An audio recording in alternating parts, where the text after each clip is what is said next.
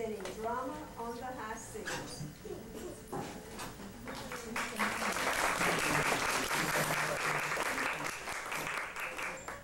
In the first act of this comic play, Drama on the High Seas, two young Americans, Cornelia and Emily, set sail for Paris.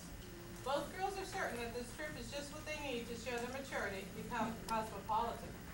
And Cornelia is thrilled about the prospect of studying with a famous French actor. With their knack for getting in the scrapes and their ignorance of how to act in their new surroundings, the girls move from one mishap to the next, confusing, astounding, and amusing those they meet.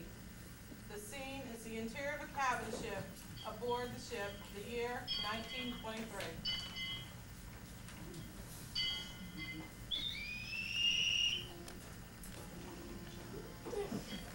Cabin for Miss Skinner and Miss Kimbrough. This way, please. Cornelia, here it is. You don't have to look at all the cabins here. We found it.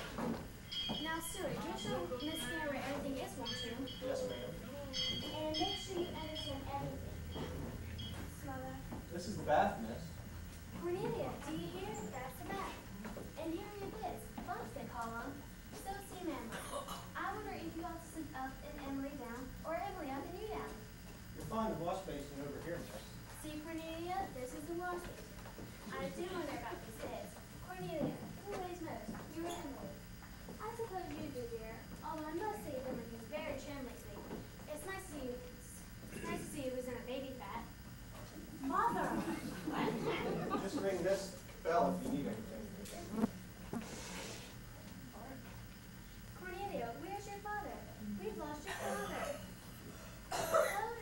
Otis, here we are. May I have tags for your trunk, miss? Oh, yes.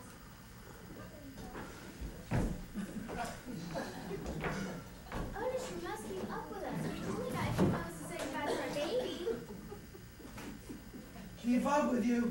One more flight of stairs, and I've had a heart attack. Oh, you're something. When you said you wanted to see the cabin, Cornelia told you it was below deck.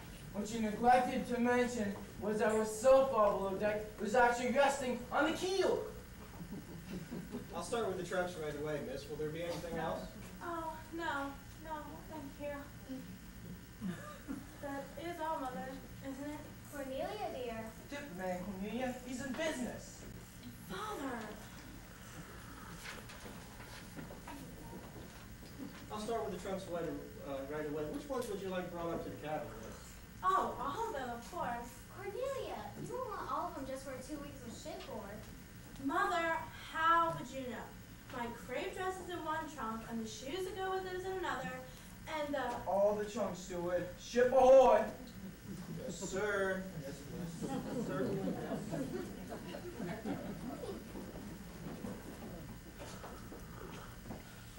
Mother, why'd you have to humiliate me? Humiliate you? Yes, exactly. Here I am, going on an ocean voyage with that man. You're what? And you're right off giving him the impression that I'm a baby. Well, after all, Cornelia, you're only 19. Oh, Otis, do you think we should let her do it? I don't see any sense in it.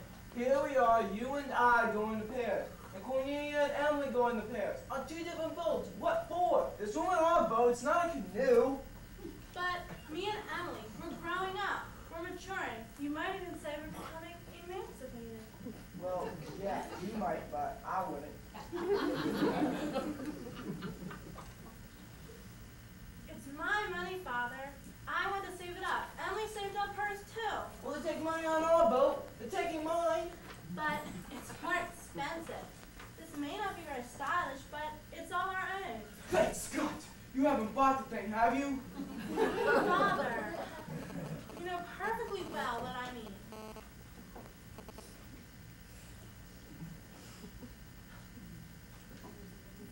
We'll be independent, all on our own.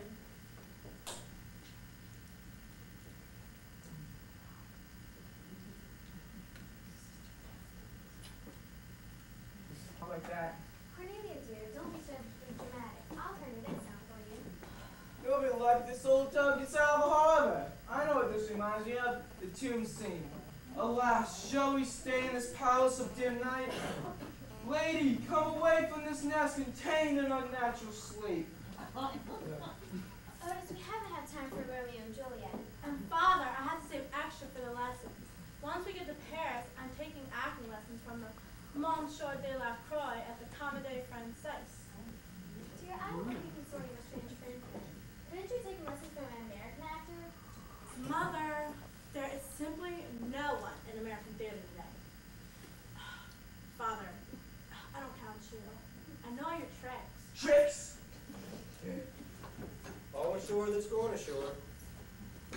Oh dear, I can't bear to think of leaving you until Emily gets here, but we've got our own boat to catch. Yeah, I don't feel like rowing across. Oh, I can hardly wait to see Emily. How long has it been since you've seen her? Not since school let out, Father. 10 days ago.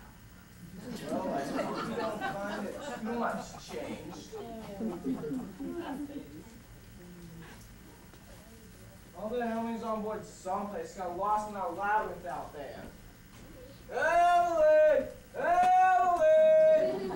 Cornelia dear, before you go, there are 2 things I must say to you. Yes, Father. Whatever you do, you must not talk to strange men.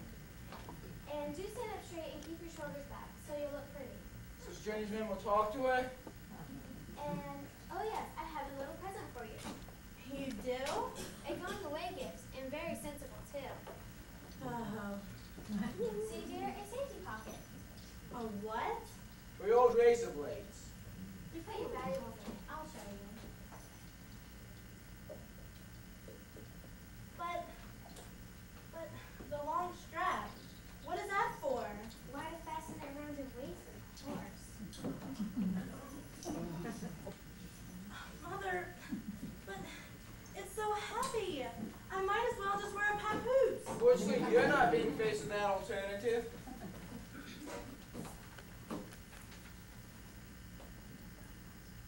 Don't talk nonsense, Cornelia. Nobody's going to see it. Nobody's gonna see it. They'll be lucky if they're not struck with it every time I turn a corner. But maybe you wear it inside a dress like this. The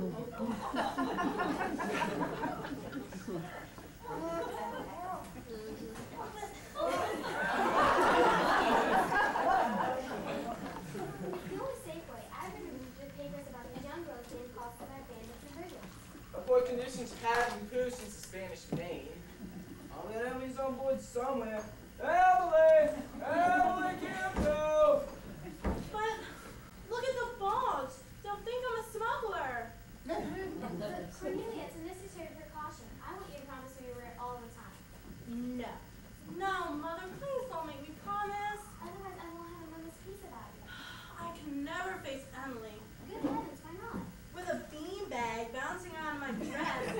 She'll think my parents are just plain primitive. I knew she was on board and just got lost somewhere. She was heading toward the boiler room. Hello, everybody. Emily? There you are, Emily. We thought you were lost. No, I wasn't lost. Just misdirected. But he was so handsome while he was giving me those directions. I guess I didn't listen very carefully. Then I took a wrong turn. Hello, Cornelia. Mr. Skinner, you can just put those things down there. And thank ever so much. We don't really have another moment to stay now. How's your mother doing? Oh, just fine. She saw me to the train in Muncie. Oh, I almost forgot. I gave you a book to give you for your trip. Oh dear, where have I put it? Well, you don't have to bother, dear. Now, isn't that just like me? To read it on the way here, and then I wrapped it up again so you wouldn't notice. And now, I don't remember where it is. Think nothing of it, Emily. We have a couple extra timetables we can meet. Oh, well, then that's fine. I'll give it to you in Paris and you can read it on the way back. It's so good to see y'all. I'm sure now your mother's giving you all the necessary instructions. Oh, yes, Miss Skinner, all of them. And you'll remember everything I told you, baby. Yes, Mother, I will. Goodbye, Mother. Goodbye, Emily. Goodbye, Miss Skinner and Mr. Skinner. Goodbye, girls. Bye, Father. You know Georgetown Paris, don't you? Yes, Father, I do. Yes, Mr. Skinner, I've written down 3 places. Good. Be sure to call us the minute you arrive. There won't be too much of a strain on your emancipation.